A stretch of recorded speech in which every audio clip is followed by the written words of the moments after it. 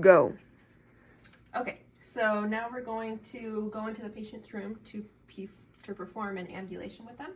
So we will make sure to perform hand hygiene, sanitize our hands well, and then we're going to grab our gait belt, bring it into the patient's room, and then we should be ready.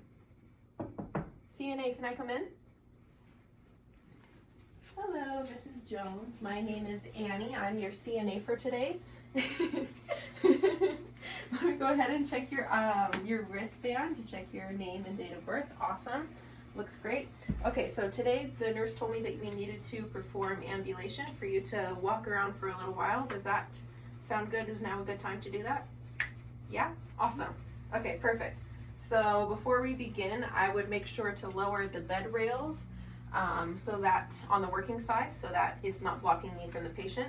And then I would want to either raise or lower the bed, and we're going to want to put it at a good position so that when the patient sits at the side of the bed, that their feet are flat on the ground, so not too high and not too low, just kind of according to the patient's height.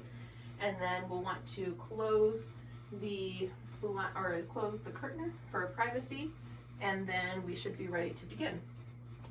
Okay, so then we're going to go ahead and have the patient remove their blanket, and we'll kind of fan fold it to the bottom of the bed, and then we will help the patient sit up. So we'll kind of help them sit up and then bring their feet around to the edge of the bed like so. Okay, and then you want to make sure that when they're sitting here that their feet are flat on the ground, and then they're sitting at the edge of the bed so you don't have to scoot them forward when you're having them help them stand up. And then you also want to make sure that before you do this, that the patient's feet have good non-slip shoes on, and that they have, at this time you would put a robe on the patient if they'd like, and then also make sure they have good clothes on. And then once that is all set, then we will get the patient set up with our gait belt. Okay, and then when you're putting this on, you want to make sure to have it at a good balance, that you don't want to make it too tight on the patient, but you also don't want to make it loose that it will slip off of them. So we're going to go ahead and put it there through the teeth, and then through this second loop to secure it. And then before we do that, I'm going to make sure that it is at a good tightness. You want to make sure that it's, again, tight enough, but then also loose enough that you can slip both of your hands like this under comfortably, and it seems to be good.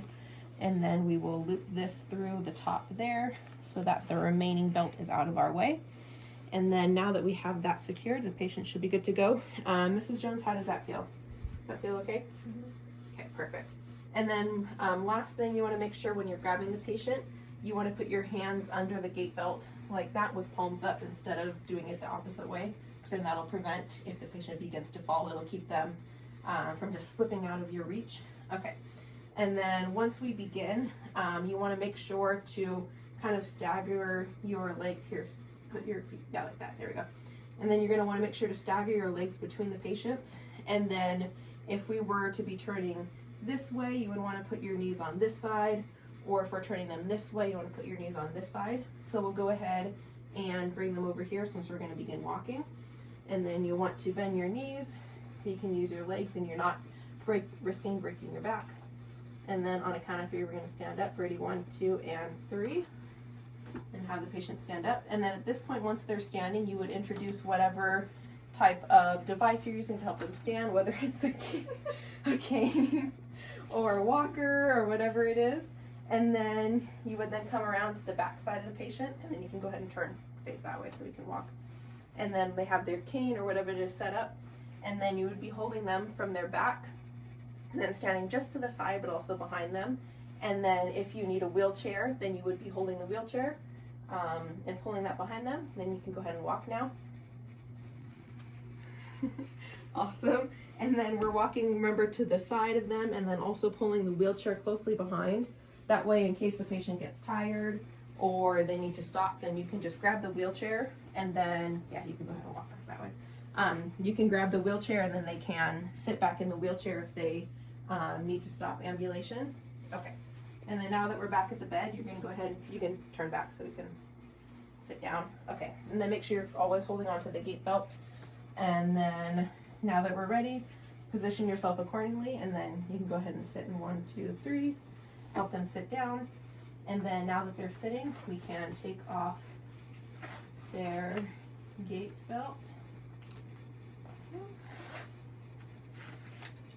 Okay. There we go. And then set that aside. And then you can help the patient get back down. So you can bring their legs around here and then help them lay back down like so. And then they lay back down. Perfect. So how does that feel, Mrs. Jones? Do you feel okay? Mm-hmm. Perfect. And then you can get them kind of comfortable and set back up. And then make sure before you leave to lower the bed to the lowest possible position. Put the bed rails back up. Make sure the patient is in good alignment, that the wheels are locked. And then grab their call light, put it by their hand, and then reopen the privacy curtains. And then that should be everything. All right, Mrs. Jones, I will let you go, and I will see you later. Make sure to press the call light if you need anything, and we will be here for you. And then you will leave their room and then sanitize your hands and report and record, and you're done.